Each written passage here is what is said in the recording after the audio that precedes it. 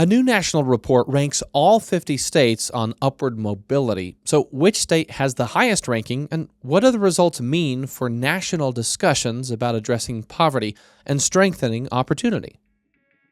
With respect to this report, what we find again is that there's vast differences between the top performing state, which is Utah, and the bottom performing state, which is unfortunately my home state of Louisiana.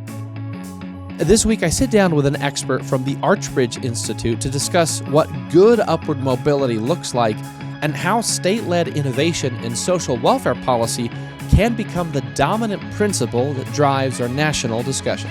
This is Defending Ideas. Defending Ideas is a weekly podcast produced by Sutherland Institute. On this show, we are committed to renewing the principles of common sense conservatism, making you a better champion of sound ideas. Welcome back to another episode of Defending Ideas. I'm your host, Nic Dunn, and this week I want to talk about upward mobility, but focus a little bit more on the state's role. To have this conversation, we're joined in our virtual studio by Justin Callais. He's the chief economist for the Archbridge Institute. Justin, welcome to Defending Ideas.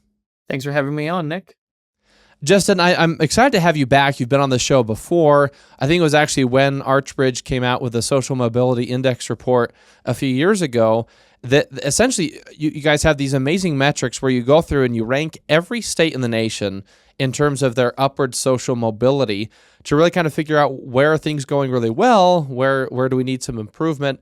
And I want to ask you to give an overview of the report, kind of within this context that I think we often talk about upward mobility policy or opportunity policy at the federal level, thinking, well, what can the federal government do?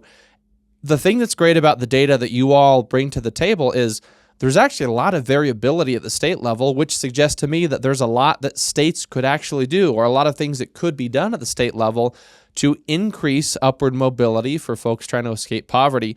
So I want to sort of maybe articulate that broad principle of I really want states to embrace their role as leaders and innovators in policies that can boost upward mobility. And data from the Archbridge Institute helps us have those conversations. So with that kind of overlay, you guys have a new report out. It's new numbers showing the best and worst states for upward mobility. First, can you just kind of give us the overview, the report, the findings, what stood out to you? Give us kind of the 30,000-foot summary. No, absolutely, and I think you're absolutely correct in to say that states can be leaders in mobility, and states can still be. This is why we have federalist policies within the federal government and states, is that states still have a lot of frameworks in which they can provide different policy ideas and provide different laboratories of democracy that allows for these the different policies and testing to see what works, what doesn't. So I think with respect to this report, what we find again is that there's vast differences between the top performing state, which is Utah, and the bottom performing state, which is unfortunately my home state of Louisiana. Much like in the first edition. But what we see is that there has been a lot of movement within mobility across the states, and there was a few different kind of data changes that we made. So some of it's attributed to that, but a lot of it is still due to fundamental policy changes that have been made over the last few years. So, for example, you see Idaho, a bordering state, that's moved up 11 spots from 16th to 5th in the last from one edition to the other. You see similar movements in Tennessee, South Carolina, Colorado, and Arizona. They've also moved up between 5 and 7 spots as well. And obviously, if some states are moving up, this means some states must be moving down. And we're seeing states like Minnesota, for example, which was second last year, drop to 9th. Oklahoma and New Jersey both fell down 6 spots. And Oregon fell down about 8 or 9 spots. And Rhode Island fell down 11 spots. So overall, what we see is the top 5 performing states are states that did really well at social mobility, in the last report, and generally have either improved or, in the case of Utah, stayed number 1 from one edition to the other. So you see Utah, Vermont, Montana, Wyoming, and Idaho are the top 5 states. The bottom 5 states are, I believe, the exact same from last report, which was Louisiana, Mississippi, Alabama, New York, and Arkansas. So what you're seeing is that there's still, there's huge variability between states like Utah, Montana, Idaho, to states like Louisiana, Alabama, New York, that still have a lot of room to grow. And I think, again, this is one of the great things about having state-based policies is that they're nimbler, they can move more quickly, can try more innovation than something like what DC tends to do.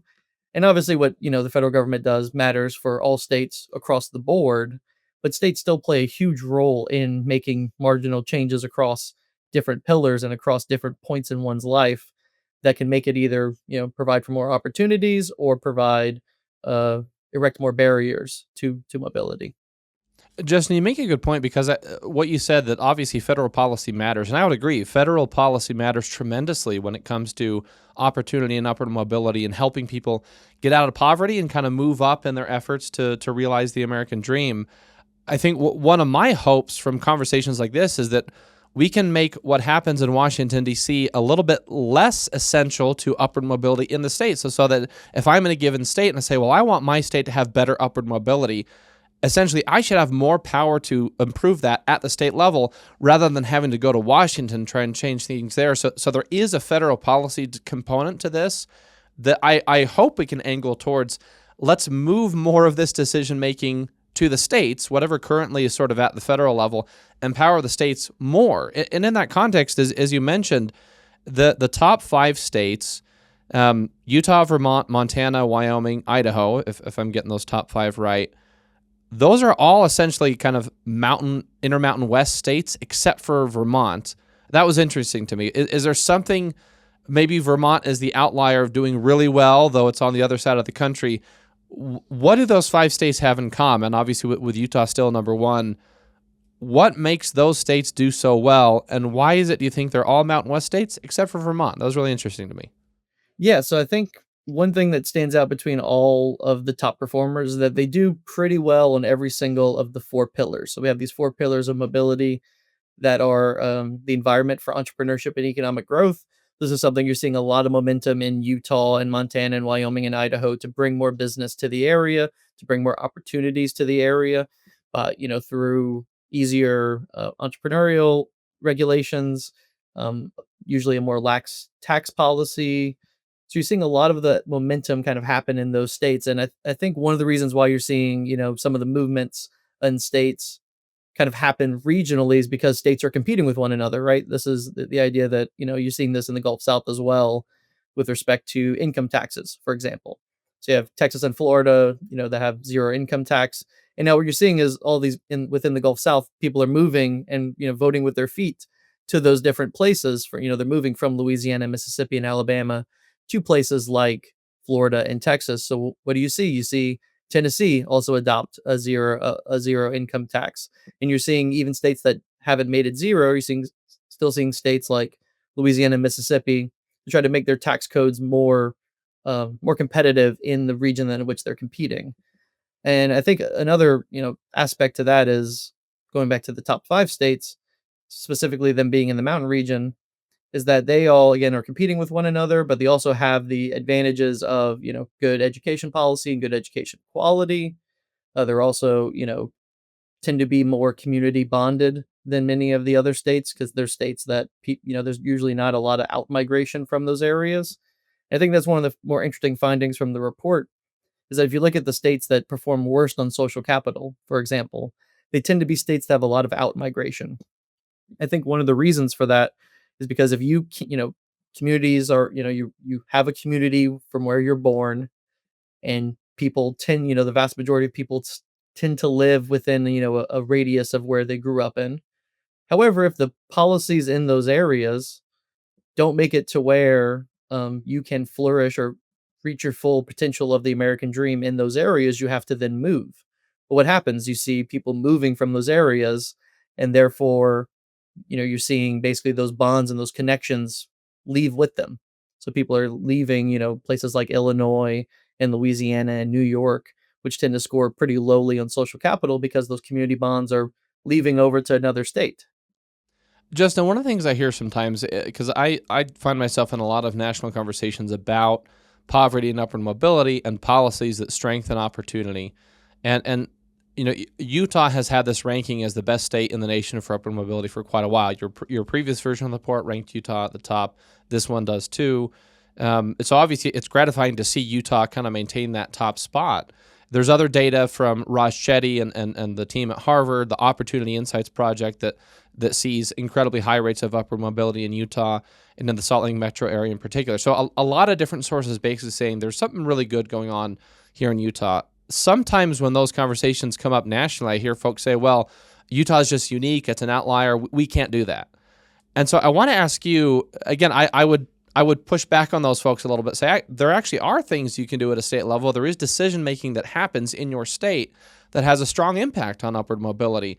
And I want to ask you kind of what are those things? Maybe another way of asking is, what do you hope policymakers will do with this information, especially for states that want to see their rankings improve, or states like Utah or the others in the top 5 where we obviously want to maintain what we have and build upon it. And so what would you say to policymakers in the various states of, well, here's actually the kinds of things you can do on a state level to strengthen upward mobility? It's not this mystical, well, we just can't do anything about it. It is the way it is. They can make a difference. Yeah, no, absolutely. I think with respect to, what policy changes or what policymakers can do is, one, take advantage of the advantages that each state brings to the table, right? So if you look at a state like Louisiana versus Texas, both of them have natural resource advantages being in the Gulf of Mexico or Gulf of America, um, next to each other, but they have vastly different outcomes. Why? It's because Louisiana didn't take advantage of those resources to the extent that Texas did. Texas has a lot of policies that, they're obviously not perfect, right? They rank fairly lowly for on social mobility for other reasons, but they took, the advantages that are given to them and made it an attractive place for people to want to move and people want to live. Similarly with Utah, right? So Utah obviously has beautiful scenery. It's a very community bonded area. It's a very attractive place to live, but you also then have to take advantage of those resources that you have, or those advantages that you have. In doing so, that means making it a place where people don't want to leave. So, for example, if you look at other states that have those types of natural advantages, like California, New York has had for a long period of time been places for business and innovation, and many of the policies that they've chosen since then, have made those places worse to do business and worse for people to afford to live in those areas. And all those policies push people away, right? So that, they have these advantages in their state that they have, and that they have kind of let dwindle away by not taking advantage of them, and further realizing what got them there in the first place. I think one thing, with respect to policymakers, that can be useful for this index is that it's pretty bipartisan in nature. I think, to kind of paint with a broad brush, at least, there's some advantages that red states tend to do better on in social mobility, and things that blue states tend to do better on. This isn't a perfect, every red state does better than every blue state, but red states tend to do better on regulation, tax policy, education freedom, and school choice. You're seeing a lot of momentum there, and housing regulation. So you see, for example, Texas, particularly, Houston and Austin have been places that a lot of people have moved to, but they've also allowed for more building of new construction, which has made, kind of the increase in demand from people wanting to live there has not coincided with this massive increase in cost of living, because they've allowed for new buildings to be built. On the on more blue states, they tend to do better. This isn't perfect, but they tend to do better on legal systems and having less predatory state action.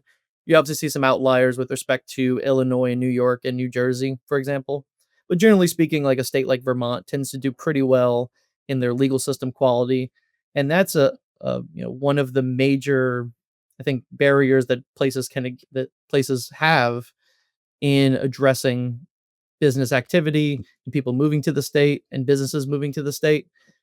This, I think, is one thing that Louisiana really struggles with, is because they have this kind of unique legal system. It makes it very costly for people to move, for businesses to set up shop in Louisiana if they're already used to a certain system elsewhere. So that makes it a lot more difficult for businesses and people to move to Louisiana.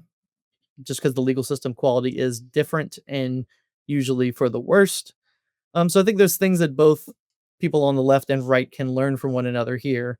I think this is one of the great things, speaking of Utah, that Governor Cox does, is that he's kind of been a champion on among Republican governors of having conversations with governors on the left who, they obviously don't agree on everything politically, but they find, you know, I think I believe I saw this quote from the Oklahoma governor that, oh, well, in DC, they get to play politics and yell at each other and, they're pretty removed from everyday life. But if you're a local leader in your state or at your county, well, you live in the area, you're around people there all the time. They're relying on you to actually make their lives better. So there's things people can learn from one another that, can obviously, if you do that correctly, can improve mobility along the way.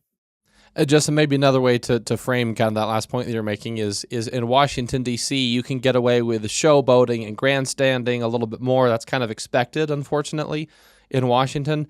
But at the state level, you actually have to govern. You have to get stuff done. You have to actually do things because, there's that more direct tie to your constituents and the voters where they want you to actually just get stuff done at the state level. And that's why, again, I want these kinds of conversations to lead to states feeling empowered and actually being empowered and taking ownership of that role of we at the state level can be leaders in innovation and improving social welfare programs and boosting upward mobility.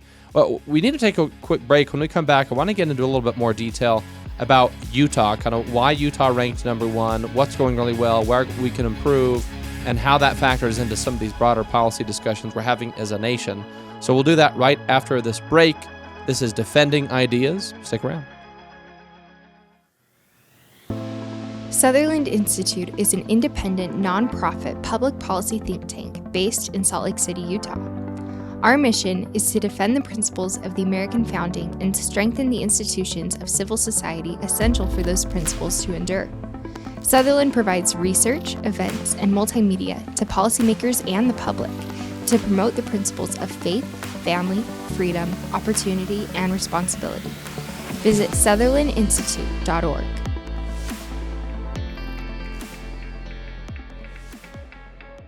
Welcome back to Defending Ideas. I'm Nic Dunn, and we're going to keep talking with Justin Callais. He's the chief economist for the Archbridge Institute, and they have their new report ranking social upward mobility for all 50 states, and Utah is number one still, which is obviously great to hear for us here in Utah. Before we dive into the conversation again, I want to remind you, if you like what you're hearing today, please visit defendingideas.org to access this conversation and previous episodes that you can use and share on your own social media platforms. Make sure you also subscribe to Defending Ideas wherever you like to get your shows. We're on Apple Podcasts, Spotify, YouTube. Just search for Defending Ideas and click subscribe, or find us at defendingideas.org. Justin, one of the things I want to ask you, because this, obviously, being based in Utah here at Sutherland Institute, it's very gratifying to see Utah ranked number one as the best state for upward mobility in the nation. And, I sort of have used the language sometimes that Utah can be, should protect this idea of we're the upward mobility capital of the nation. We're kind of where the American dream is the most alive and well. And, that can turn into sometimes, look how great we are. We're doing so many things well. And we are. And so I want to ask you sort of two things. Number one, can you tell us in the metrics that you all used for this report, why is it that Utah does so well when it comes to upward mobility? And obviously, we need to be clear-eyed at where our strengths are. But then I also want to ask you about, are there any areas where we have risk of slipping as a state, or areas where we need to make some improvements to kind of keep our upward mobility strong? Yeah, so I would say the main things that Utah has really high advantages of going for them with respect to social mobility is that they have, across the four different pillars, they have they score either in the top 10 or in, the worst one is still in the top 20 across all four of the pillars that we use to measure social mobility. Particularly, Utah scores very highly on having high business dynamism. This means a lot of new businesses, a lot of labor market work going on. a lot of worker churn, which is basically a measure of how easy people can move from one company to another. What are the share of workers that work at firms that are 5 years or younger, suggesting that there's a budding kind of entrepreneurial ecosystem. And Utah ranked number 2 in the country on that. I have a different index where we measure productive entrepreneurship, and Utah also ranks the MSAs within Utah also rank very highly on that. So they have high measures of venture capital, small business growth, combined with large businesses and innovative activity going on, while they have low levels of lobbying, which tend to, you can be new firms, but they're the type of firms that tend to allocate resources versus building wealth. Utah also has pretty high quality legal systems and are very low on measures of corruption, which also obviously improve. And then I think, of course, I believe we talked about this last time I was on, that social capital in Utah is very strong. It means that the community is very bonded, neighbors know each other really well, and they're more connected in that sense. And there's a lot of charity. There's low charity regulations, but also high levels of charitable activity going on in the state and volunteering. And I think that's incredibly important when we think about social mobility, and perhaps is something that, at least as myself as an economist, we often overlook, because one of the beautiful things to think about charity and being connected with your neighbors and having these community bonds is that those type of individual actions can be really good substitutes, or oftentimes complement what kind of federal or state based regulations or welfare policies, kind of how they typically stand, in terms of that they basically, usually a one size fits all type of model that doesn't really address oftentimes the kind of the core needs of individuals.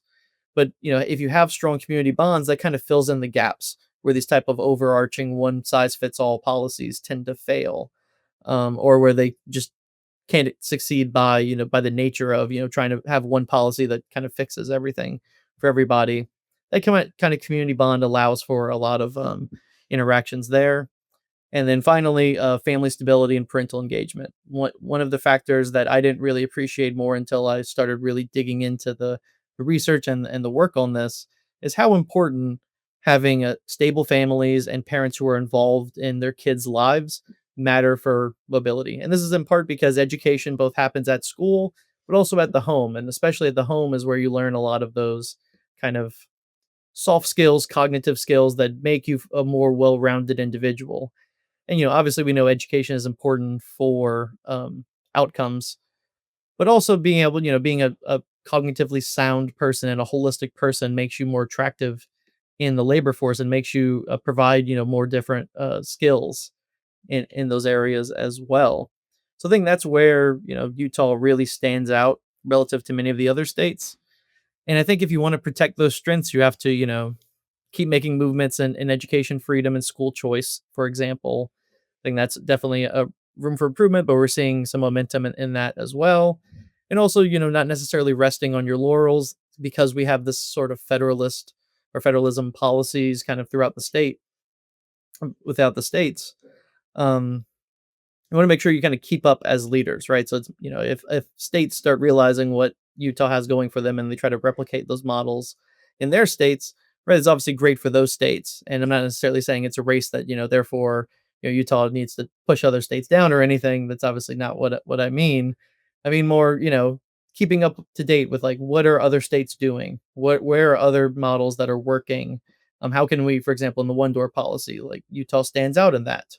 But if other states start implementing them as well, and they get approval from the federal government to do so, kind of learning, okay, maybe there's other ways those systems are working that we can implement here as well. So I think, yeah, overall, that there's a lot of strengths in Utah is clear by the fact that they are number one, and trying to build on those strengths and protecting those strengths is important. Justin, I love the way you characterize that, and it makes me think of something that's been a core principle that we talk about often in Utah, and I've used this in talking points when speaking in different parts of the country about upward mobility policy and why Utah is kind of unique, is that Utah very much has this spirit of continuous improvement. We by so many metrics, we top best state for business, the highest job growth from time to time, low unemployment rates, high upward mobility rates, the best state for upward mobility, high family formation, high faith connection, high civic engagement. Like, you just go down the list. And this is why I say, with I think some evidence, that the American dream is alive and well here in Utah, but it doesn't just happen magically on its own. And that's something that I think there is a strong spirit in Utah of, even if we sort of see Utah as the best in the nation on a lot of these metrics, in a way that's not good enough. And the way I would articulate it is, even with Utah being the best state for upward mobility, we're the only state in the nation that has the full one-door model, which again, for our listeners, is where our welfare programs and workforce programs are co-located in one statewide agency. So if you go in to get help, they're going to help you with temporary assistance programs. They're also going to help you with resume search and skill building, connecting with employers. And that's all cohesive in one agency that's statewide. That's a unique and powerful thing. And so even though we have all that, we still have families in Utah that are stuck in poverty, maybe less than anywhere else in the country by some measures. But the fact that we still have it means we still have more work to do and more improvement to make in these kinds of things. And so I really, my greatest goal or my greatest desire in these kinds of discussions and issue areas is that here in Utah, we sort of say, yes, obviously we're gratified that there's a lot of things happening in Utah that work really well and put us at the top of many of these metrics. We also want to always build on those and improve on those and help more and more folks, even in Utah, get out of poverty and stay out of poverty, and then export those ideas to the rest of the nation. You made a comment about, it's not a race of state versus state. Obviously, a ranking, there is sort of a competitive element. That's just the nature of rankings. But if we could get to the point where anything that's working well in Utah could be exported to other states, and we could still learn from other states as far as how to improve in Utah, ideally you'd have all 50 states, maybe they're still a ranking, but they're really close to each other, so we're boosting upward mobility around the country. So that's kind of what I think these kinds of discussions and this kind of data leads to. We need to take another break. When we come back, I want to get into that a little bit more, sort of your suggestions or recommendations for policymakers. What's next from this? At the state level, at the federal level, what kinds of policy discussions do we need to be having to improve upward mobility policy in Utah and throughout the country? So we'll get into that right after this break. Again, we're talking with Justin Callais from Archbridge Institute on defending ideas. We'll be right back. For a deeper dive into the issues you care about, read Sutherland Institute's official blog, Insights and Takeaways. You'll gain deep insights from policy experts and relevant takeaways voters need to know. Visit sutherlandinstitute.org.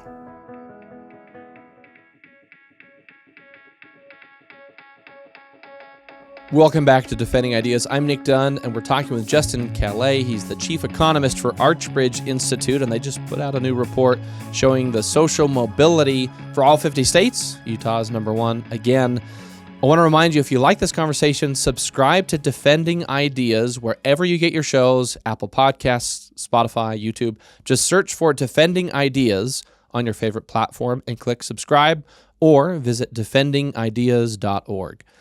Justin, to wrap up the conversation, I'm really curious as what you think, essentially, what's next? What should policymakers take away from this data, from this ranking?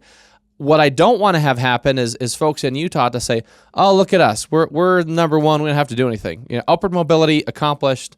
We can all go home. There's still work to do here in Utah, and there's obviously work to do around the country. So maybe just first question, if you were giving recommendations to policymakers in Utah and in other states, what are the key things they need to take away from this new report? Yeah, I would recommend specifically to Utah is that they could still improve a lot of their occupational licensing measures. They score roughly around middle of the road with respect to the amount of barriers and licenses that they have for occupations. One positive sign is that you are seeing momentum in this. For example, Utah now has universal license recognition, which makes it easier for people who are performing a task in a different state that requires a license to then move to Utah and perform that same task without having to redo their education. The idea there is fairly simple in that, if you know how to be an electrician in Texas and you move to Utah, the electrical systems aren't different, right? The principles are still the same and you still know how to be an electrician. It's not like you move and cross this border and all of a sudden you no longer know how to do that skill anymore. So that's great momentum. But I think, with respect to actually removing some more licenses, would make it easier and more possible for people to move up the income ladder and improve their own lot in life. Especially because a lot of the studies around that kind of show that licensing doesn't actually improve quality or safety. It really just becomes a barrier to entry at that point. And I think also with respect to, housing affordability is obviously one of the biggest talking points in the United States today for good reason. And I think Utah, based on some of the rankings there, could still improve its land use regulation to make it easier for people to build houses and find more affordable housing options for people across the country, follow some of the methods that places like Houston or Austin have done. That would make it, very much more attractive in being able to allow for, one part of the American dream, if that is one's American dream, to own a home, making that more possible. But again, there has been some momentum in the positive direction there, and Utah, despite having pretty middle of the road land use regulation, still has a high amount of permits allowed relative to its population across the country. So I think that's a shining point to, kind of keep building on that momentum. And I think, kind of broadly speaking, my hope for policymakers, based on this report, is that, again, just knowing that there are reforms that states can make. Obviously, we want the American dream to be possible for everyone across the country.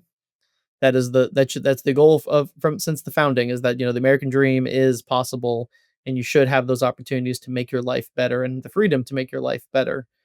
And given that over time, a lot of the sort of policies or guidances have come from a federal level and been kind of enacted onto all of the states across the board, still realizing that there still is a lot of work to be done that states can do within their systems. I think particularly with this report, there's something across the board for everybody, for, no matter which angle you were looking at. If you care really strongly about family policy or child welfare or child care, there's something in there for you. If you really care about education and cognitive skills, there's things in the report that you can look to highlight there. Same for, regulatory policies, business dynamism, entrepreneurship. If you're a legal scholar or a legal policy wonk, there's something in there for you as well. And as well as if you're just someone involved in community and engagement and involvement, there's things in the report that talk about charity regulations that show, like, how easy is it to actually start a charity in your state, and that isn't equal across the country. That there are some states that make it much easier to start a charity. There's some states that make it a lot more difficult. So I think knowing that you can, doing what you can, given that federal law has encroached on states' abilities, but still realizing that there's still a lot of changes that can be made at the state level, which is why you see vastly different outcomes in terms of childhood poverty and mobility measures across different states. Just show that there's obviously things that some states are doing really well, and some states are not doing nearly as well. So trying to fill in those gaps where federal policy makes it very difficult. Justin, as we wrap up, can I try an idea on you? This is kind of a pitch that I would make to policymakers at the state level and at the federal level, kind of drawing from a lot of the findings in your report, in this ranking, to essentially say that the pitch to state level elected officials should be, number one, sort of embrace and own the fact that you at the state level are leaders and innovators in policies that strengthen upward mobility and remove barriers to people getting out of poverty and experiencing the American dream. So that's sort of a philosophical pitch of, we just have to own that at the state level and believe it, and then take actions at the state level moving in that direction.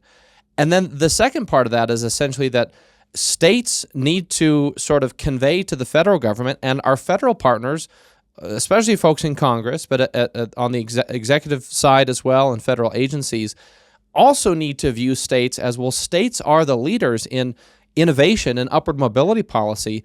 And the area I see that most sort of in tension right now is when it comes to social welfare programs, because we talk a lot about on this show. It's something I'm very passionate about, that our social welfare system, food stamps, Medicaid, cash assistance, kind of the works, all those programs are federally created, federally funded, and state administered. And I kind of use air quotes on that because states have to execute on this, but there's all kinds of federal requirements. And so it's not a well-designed system. If you think of a single mom in poverty trying to work and get out of poverty, navigating a really complex system, and it's not a great system for states to administer. So that's at least I see one really low-hanging fruit area where the federal government could say, look, we want to empower states to be innovators, to improve these programs, so we as a nation can get better at helping people get out of poverty and into work-based self-reliance. States need to embrace and own that role as well. How does that strike you with the data you're seeing across the country? Is that the kind of thing that, does it align with these findings? Do you think it would find friendly ears in different states and in Washington? I really think so. I completely agree with what you said there. I think particularly with social welfare policies, that's where you're seeing kind of a lot of the kind of issues going from federal regulations and federal law to states administering them makes it a lot more difficult, particularly because the federal government kind of puts these policies in place, or kind of puts these restrictions in place that one can, it makes it actually harder for states to administer it differently to some degree. Obviously, one of the main exceptions being the Utah's one-door policy. So I think if you are, for example, a state that wants to enact this type of model, I think one of the things is obviously you need federal government approval, and we are seeing hopefully some positive momentum going on there. I think the Alliance for Opportunity group, for example, is doing great work in that field to make it possible for these states to try different models. And perhaps even, if you're a state that if you're trying this policy out, maybe even try it further, okay, well, the state's going to administer it, has a lot more freedom in how they administer those policies or that funding. And then also allow for local officials to do it, their own ways within some boundaries as well, to drive kind of interstate federalism, if you want, in those areas, just to try out different models and different methods. Because again, I think if you look at something like the one-door policy in Utah, you see that it's clearly easier for people to to receive those welfare benefits. So that makes it cheaper to administer, because it's easier to access. You make it easier. That saves the federal government and states money that they could use on other programs or provide, as a reason to reduce taxes. But also what you see there is that states can then kind of take that funding and try to figure out what else can be done with it and how can it be best administered to where people just have easier access to them, right? Because at the end of the day, having social welfare policies and having, trying to receive them if you are someone who needs them, well, if you make that, basically a part-time to full-time job in order to go through all the different hoops, what you're really doing is, actually making it harder for them to find a reasonable wage job to where they can then move on and, get out of that system. So if anything, kind of removing those barriers to where states can have more flexibility, we're going to allow for more people to receive them in the first place, which is obviously important, but also provides a avenue for them to improve and actually spend less time needing to go through all these different hoops, so that they can now have, chances at a better life later on, and they're less stuck in that poverty trap. Yeah, the chance for a better life and helping people to get unstuck, if you will, from poverty is kind of the goal.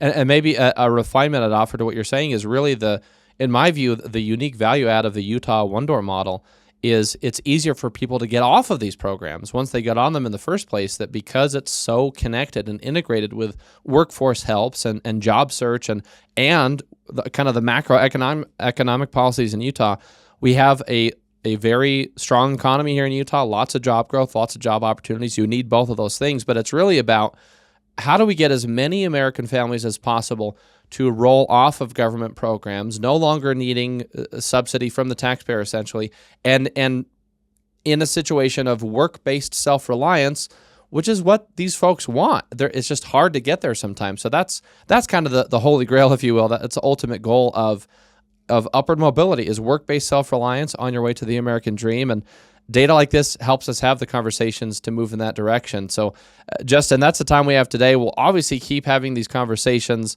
and so appreciative of your time.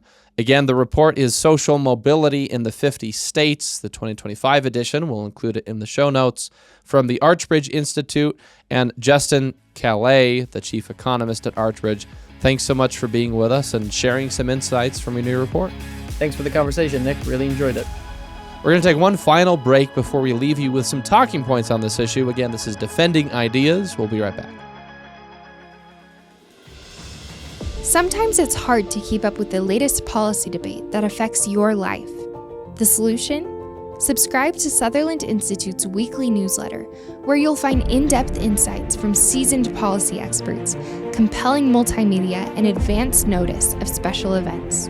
Visit sutherlandinstitute.org. Welcome back. The main thought I want to leave you with is this. States need to fully embrace their role as innovators and leaders in reforming social welfare policy to improve upward mobility.